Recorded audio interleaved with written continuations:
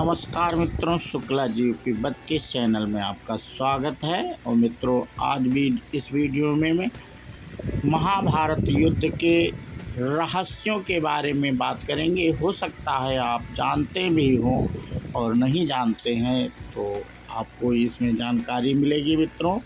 और जो लोग चैनल को पहली बार देख रहे हैं वो चैनल को सब्सक्राइब कर लें और बेल आइकन दबा दें, जिससे नोटिफिकेशन आपको ऐसे धार्मिक वीडियो का मिलता रहे। और जो पहले से जुड़े हुए हैं वो लाइक एवं कमेंट अवश्य करें मित्रों। और हम अपना वीडियो शुरू करते हैं बिना देरी के।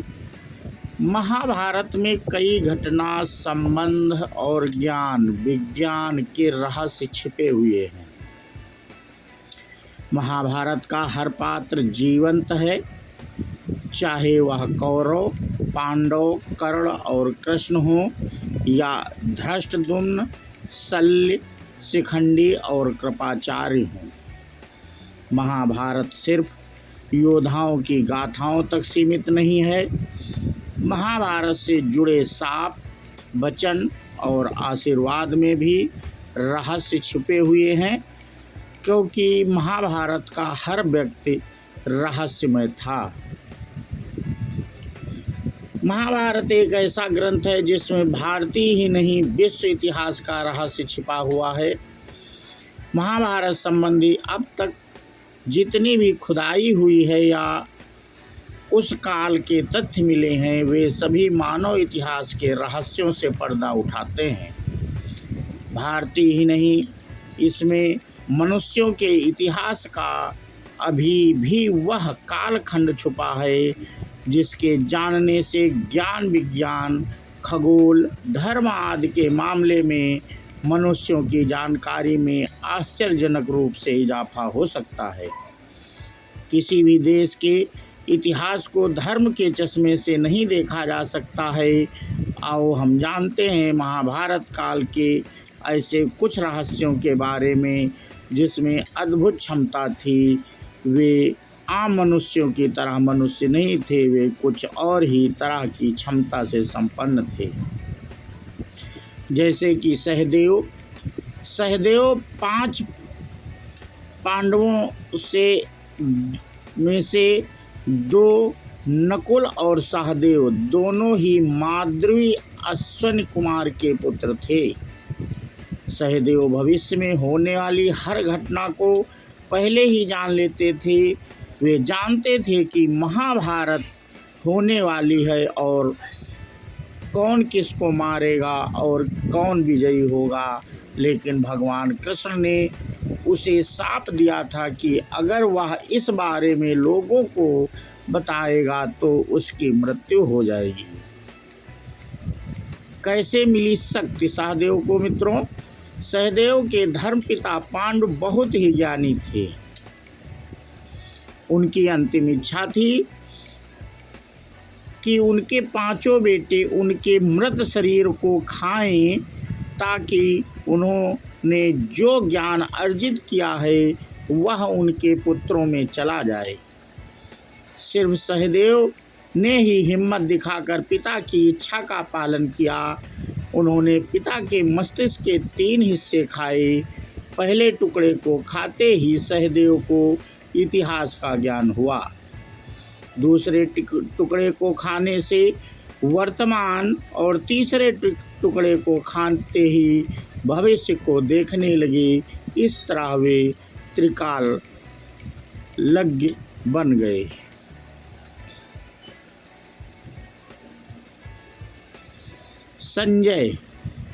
संजय के बारे में मित्रों आप लोगों ने सुना ही होगा। महाभारत युद्ध में संजय के बारे में सभी जानते हैं। संजय के पिता बुनकर थे, इसलिए उन्हें सूत पुत्र माना जाता था। उनके पिता का नाम गावल्यगढ़ था। उन्होंने महर्षि वेदव्यास से दीक्षा लेकर ब्राह्मणत्व ग्रहण किया था। वेदांत विद्याओं का अध्ययन करके वे धृतराष्ट्र की सभा के सम्मानित मंत्री बन गए थे। आज के दृष्टिकोण से वे टेलीपैथी विद्या में पारंगत थे। कहते हैं कि गीता का उपदेश दो लोगों ने सुना, एक अर्जुन और दूसरा संजय। यही नहीं, देवताओं के लिए दुर्लभ विश्वरूप तथा चतुर्भुज रूप का दर्शन भी सिर्फ इन दो लोगों ने ही किया था। संजय अपनी स्पष्टवादिता के लिए प्रसिद्ध थे। वे धृतराष्ट्र को सही सलाह देते रहते थे और वे जहाँ शकुनी की कुटिलता के बारे में सजग करते थे, तो दूसरी ओर वे दुर्योधन द्वारा पांडवों के साथ किए जाने वाले असहिष्णु व्यवहार के प्रति भी धृतराष्ट्र को अवगत कराकर चेताते रहते थे। वे धृतराष्ट्र के संदेश वाहक भी थे। संजय को दिव्य दृष्टि प्राप्त थी, अतः वे युद्ध क्षेत्र का समस्त दृश्य महल में बैठे ही देख सकते थे। नेत्रहीन धृतराष्ट्र ने महाभारत युद्ध का प्रत्येक अंश उनकी वाणी से सुना। धृतराष्ट्र को युद्ध का सजीव वर्णन सुनाने के लिए ही व्यास मुनि ने संजय को दिव्य दृष्टि प्रदान की थी। महाभारत युद्ध के पश्चात अनेक वर्षों तक संजय युधिष्ठिर के राज्य में रहे। इसके पश्चात धृतराष्ट्र और गांधारी और कुंती के साथ उन्होंने भी संन्यास ले लिया था। बाद में धृतराष्ट्र की मृत्यु के बाद वे हिमालय चले गए, जहाँ से वे फिर कभी नहीं लौटे।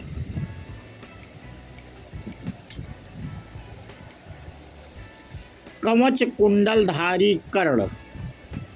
कर्ण से यदि कवच कुंडल नहीं हथियाए होते, यदि कर्ण इंद्र द्वारा दिए गए अपने अमोघ अस्त्र का प्रयोग घटोत्कच पर न करते हुए अर्जुन पर करते, तो आज भारत का इतिहास और धर्म कुछ और होता। भगवान कृष्ण यह भली भांति जानते थे कि जब तक कर्ण के पास उसका कवच और कुंडल है, तब तक उसे कोई नहीं मार सकता। ऐसे में अर्जुन की सुरक्षा की कोई गारंटी नहीं। उधर देवराज इंद्र भी चिंतित थे, क्योंकि अर्जुन उनका पुत्र था। भगवान कृष्ण और देवराज इंद्र दोनों जानते थे कि जब तक कर्ण के पास पैदाइशी कवच और कुंडल है, वह युद्ध में अजेय रहेंगे।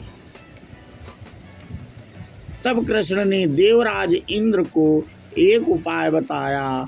फिर देवराज इंद्र एक ब्राह्मण के वेश में पहुंच गए कर्ण के द्वार। देवराज भी सभी के साथ लाइन में खड़े हो गए। कर्ण सभी को कुछ न कुछ दान देते जा रहे थे। बाद में जब देवराज इंद्र का नंबर आया, तो दानी कर्ण ने पूछा, विप्रवर आज्ञा कीजिए, किस वस्तु की अभिलाषा लेकर आए हैं। विप्र बने इंद्र ने कहा, हे महाराज, मैं बहुत दूर से आपकी प्रसिद्धि सुनकर आया हूँ। कहते हैं कि आप जैसा दानी तो इस धरा पर दूसरा कोई नहीं है। तो मुझे आशा ही नहीं, विश्वास है कि आप मेरी इच्छित वस्तु तो मुझे अवश्य आप देंगे ही। फिर भी मन में कोई शंका न रहे, इसलिए आप संकल्प कर लें, तब ही मैं आपसे मांगूंगा। अन्यथा आप कहें तो मैं खाली हाथ चला जाता हूँ। तब ब्राह्मण के वेश में इंद्र ने और भी विनम्रता पूर्वक कहा, नहीं नहीं राजन, आपके प्राण की कामना हम नहीं करते। बस हमें इच्छित वस्तु मिल जाए तो हमें आत्म शांति मिले। पहले आप प्रण कर ले तो ही मैं आपसे दान मांगूं। कर्ण ने तयस में आकर जल हाथ में लेकर कहा, हम प्रण करते हैं विप्रवर, अब तुरंत मांगिए। तब उसी क्षण इंद्र ने कहा, राजन, आपके शरीर के कवच और कुंडल हमें दान रूप चाहिए। एक पल के लिए सन्नाटा छा गया।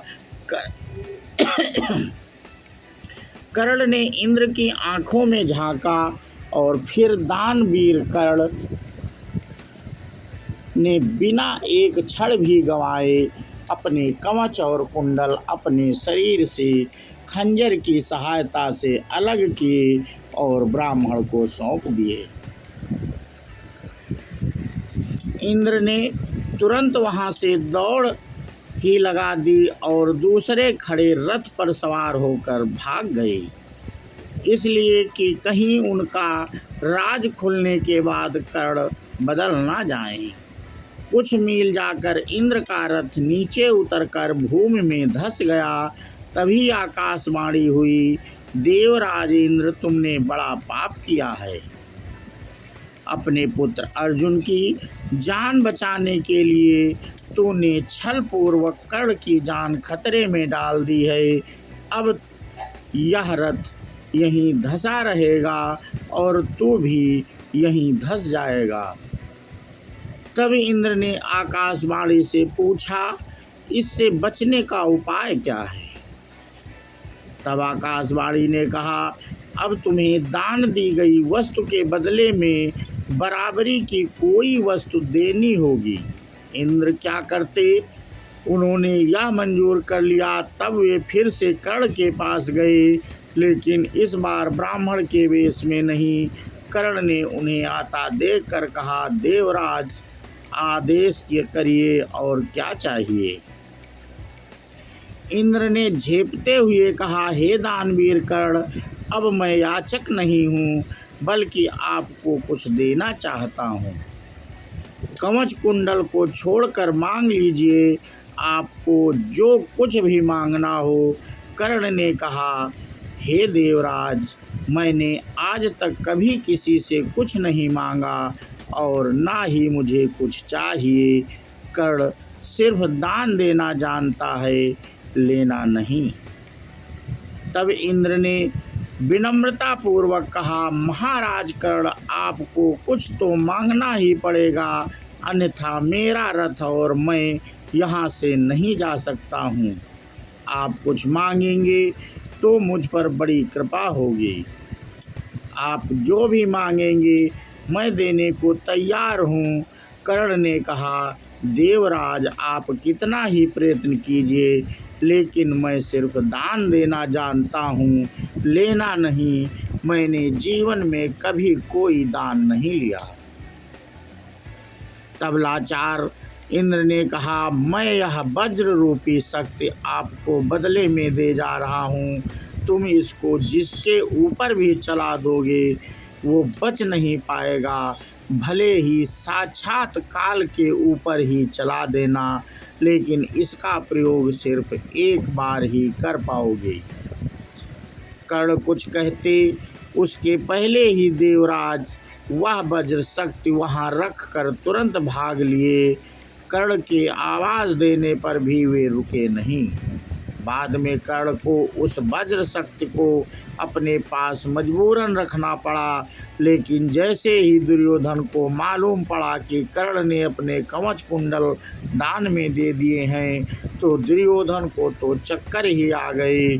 उसको हस्तिनापुर का राज्य हाथ से जाता लगने लगा। लेकिन जब उसने सुना कि उसके बदले वज्र शक्ति मिल गई है, तो फिर से उसकी जान में जान आई। अब इसे भी कर्ण की गलती नहीं मान सकते, यह उनकी मजबूरी थी, लेकिन उनके यहाँ गलती यह की कि वह इंद्र से कुछ मांग ही लेता। नहीं मांगने की गलती तो गलती ही है। अरे, वज्र शक्ति को 3 बार प्रयोग करने की इच्छा ही व्यक्त कर देते।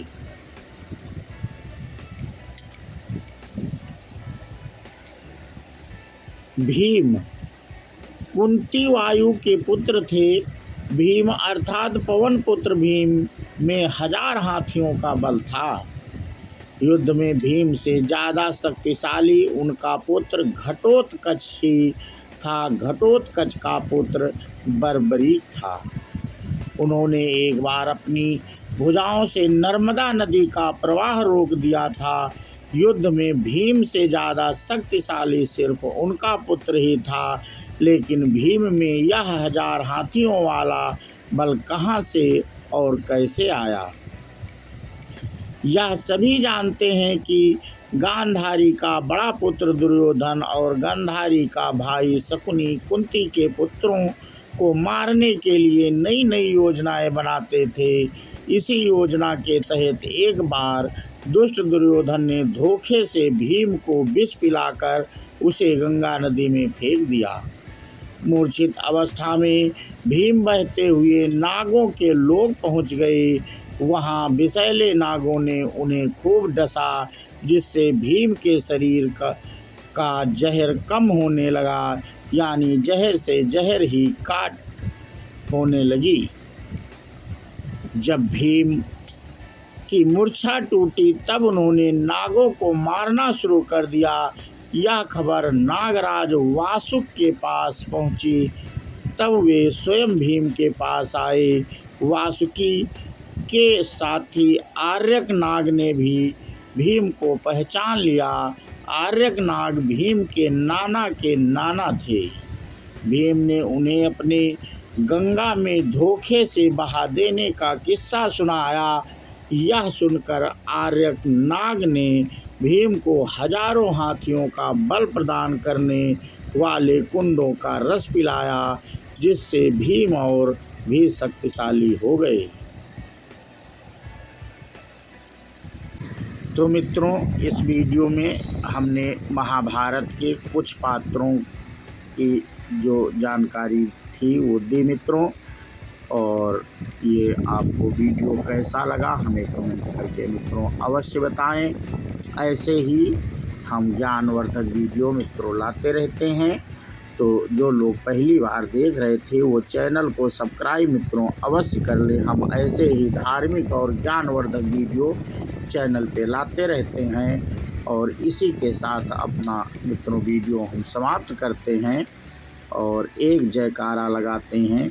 बोलो श्री कृष्ण भगवान की जय हो। राधे राधे। जय हिंद, जय भारत, वंदे मातरम।